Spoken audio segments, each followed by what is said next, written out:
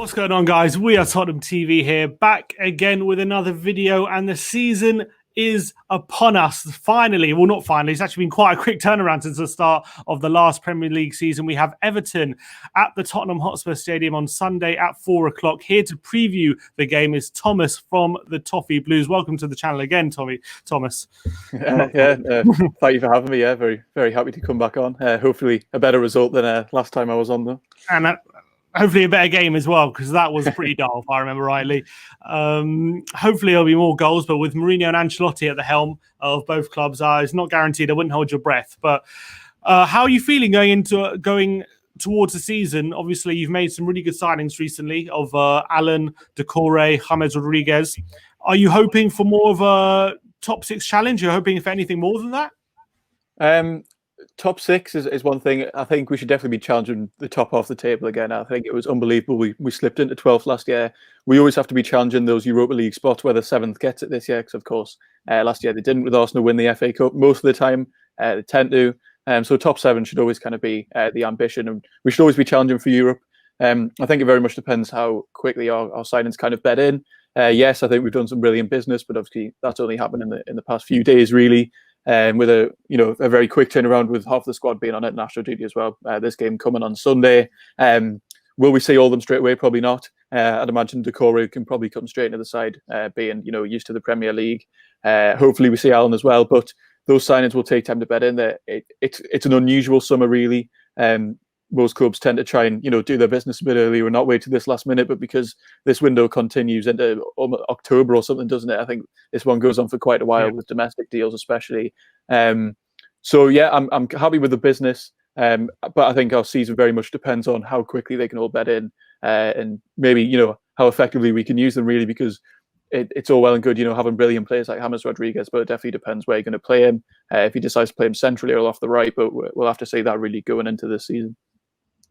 Yeah, obviously you addressed quite a big issue that I think Everton had last season, with a lack of central midfielders and lack of quality in centre mid as well. I think a lot of the time you're getting overrun, and it looks like you've addressed that issue now with at least 2 central midfielders, and you've got an attacking midfielder as well. Do you expect Everton to do much more business before the end of the window? I can't imagine we'll do any more permanent signings. I mean, when the summer started, it sounded like we had no money to spend, and all of a sudden we've spent, it sounds like 40, 50, 60, somewhere around that region. No one's really too sure how much James Rodriguez cost now, but it seems to be around 50 million, I'd imagine. We're looking to sign Tomori from Chelsea on loan, which I think would make a lot of sense. It would plug a gap in central defence, because Mason Holgate's injured, who's a usual kind of starting centre-half. So we needed cover there, and if we bring on Tomori on loan, I think that would make a lot of sense.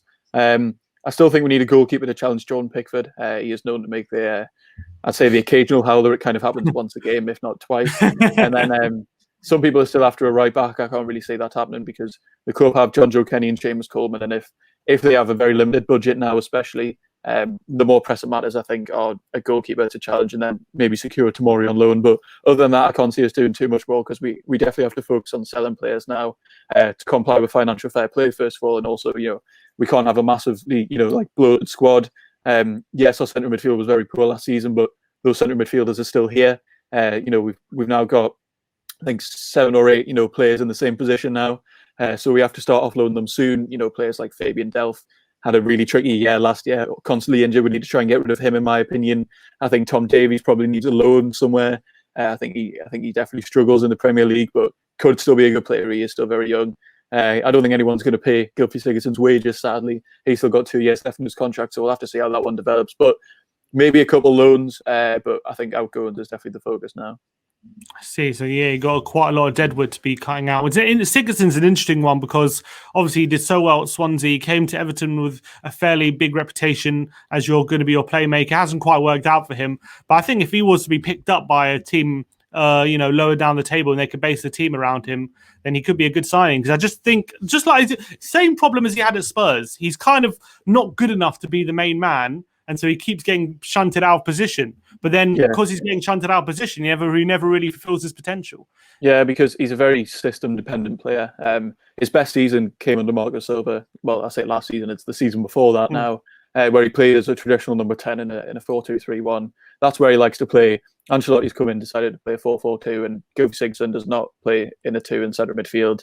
He doesn't have the legs for it, really. He's not that midfielder. And I expect more effort from him. I don't expect him to be, that midfielder, because that's not what he is. But he was signed for a very definite position, and it's a position that we actually no longer play. So it doesn't make a lot of sense for him to hang around. He is sometimes given the captain's armband. There's rumours that Ancelotti kind of likes his presence on the training ground. I'm not really too sure about that, whether that's true or not. But he is so dependent on playing in that number 10, and he's really struggled to adapt to a 4-4-2, really. So I think he could be a good player if you play him exactly where he wants to play. But we're not in a position to be able to say, yeah, we'll only play one system just to benefit him, as you mentioned, because good player, he's not good enough to say, you know what, everything else goes out the window, let's just play him where he wants.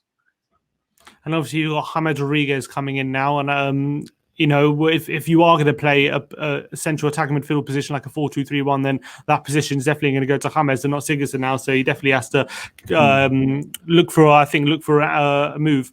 But James is an interesting one because obviously he had an amazing World Cup in 2014.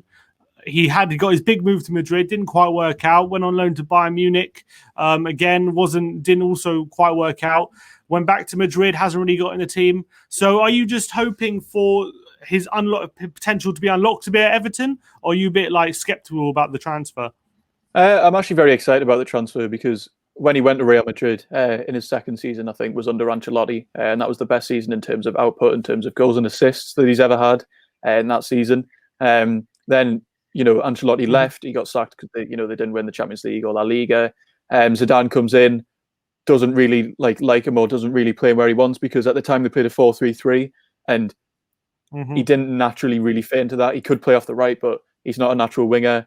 And then they also had Isco, who they felt a lot of pressure to play as well. But that was the problem at Real Madrid the whole time, really, because all of a sudden you've got global superstars that you have to play, and apparently James was that at Real Madrid. I think maybe if Zidane and his management team didn't feel they needed to force him into the team so much, he might have actually developed better. But because of the name, because of who he was, they felt forced to put him in. He then went on loan to Bayern Munich under Ancelotti again, had his second best season in Europe. Ancelotti clearly knows how to get the best out of him, whether it's his tactics, whether it's his management style. We'll have to see really how that develops. But I'm very excited to see him, really. I mean, from a commercial perspective, I think it's an unbelievable move by the club. In the past few days, James Rodriguez and the Everton kit have been plastered on Times Square in New York, Miami Beach. There's a big kind of tower in Colombia. So I think it made a lot of sense commercially and from a marketing perspective. I think he's got 40 million more followers than us on Instagram, which is quite remarkable, really. So it made a lot of sense to bring him in, and I really hope he can translate it into a footballing perspective. I really think he can, based on how Ancelotti's used him. And because I've spoken to someone from a Real Madrid podcast, and he said Ancelotti just knows how to use him at the end of the day. Yes, he struggles without other managers, but our manager is Ancelotti, so I definitely hope he'll be a good signing, and I think he will be, to be fair, but I think he'll need a bit of time to adapt to the league as well, especially the pace of it. I want to ask you as well about Richarlison, because obviously he signed a new contract recently. He's been linked with he's been subject to bids from Barcelona, I think last January, about 50 million or so. He's been linked with moves away, but he kind of silenced the rumours when he signed that contract. Do you see him at Everton for the long term, and how highly do you rate him? I think he's an absolutely brilliant signing when he came in.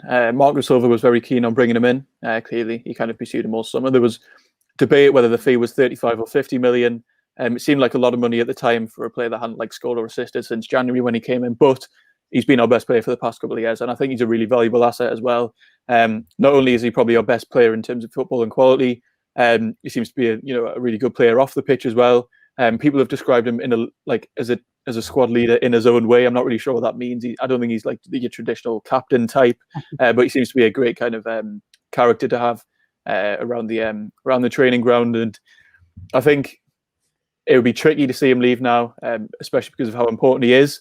I don't really know if he will, because he came out in an interview to a kind of Brazilian news outlet, and it was slightly mistranslated. So there was kind of mass hysteria on Everton Twitter where he said he thinks he can stay till next season, then if a bid comes in, but that's actually not what he said. Technically, it was a weird little kind of couple of days where everyone thought Richarlison was about to leave, but he's a brilliant player. Whenever I speak to opposition fans, they always and I ask for a danger man, everyone always says Richarlison, pretty much, because he's he's adaptable to multiple positions. He can play off the left, he can play off the right, he can play centrally, which is where he's been used most recently. But he just causes so many problems for defenses in the Premier League, and it'd be very disappointing to see him leave. But I think he'll stay around for a bit now because it seemed that he wanted the club to match his ambition, really.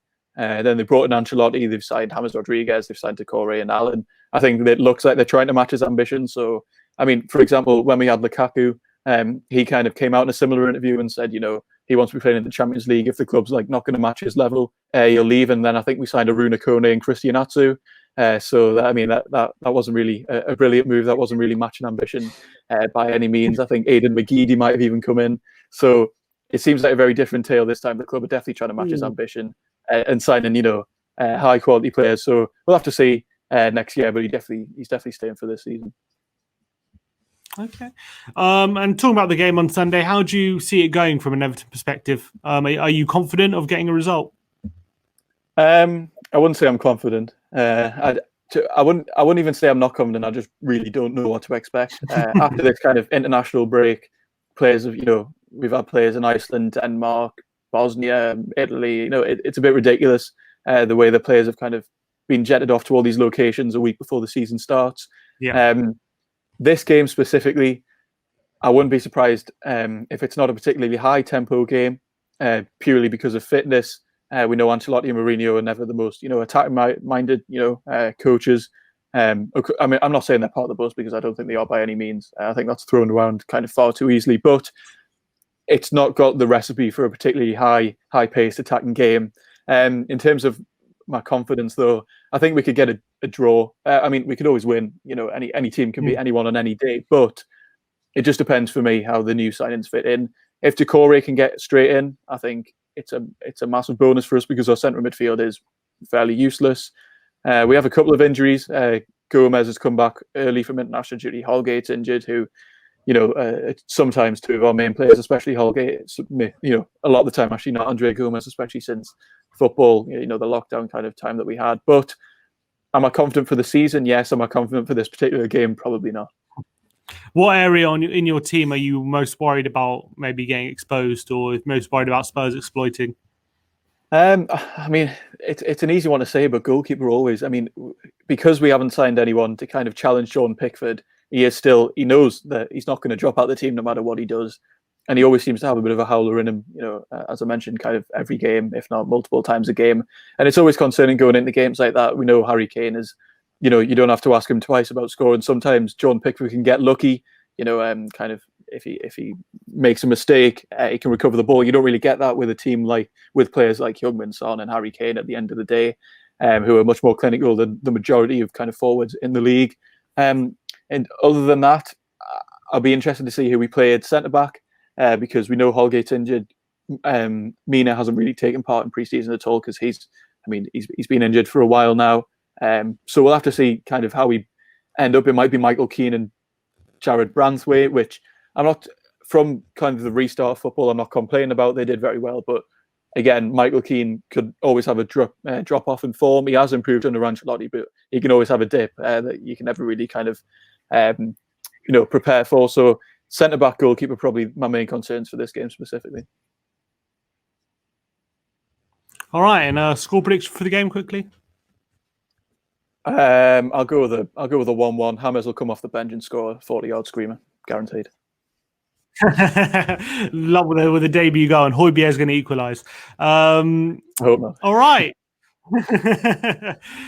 Thomas, thank you very much for coming on and previewing the game with us. Go check out our preview on the Toffee Blues channel, and it will be linked in the description below. Like and subscribe, and as always, come on, you Spurs.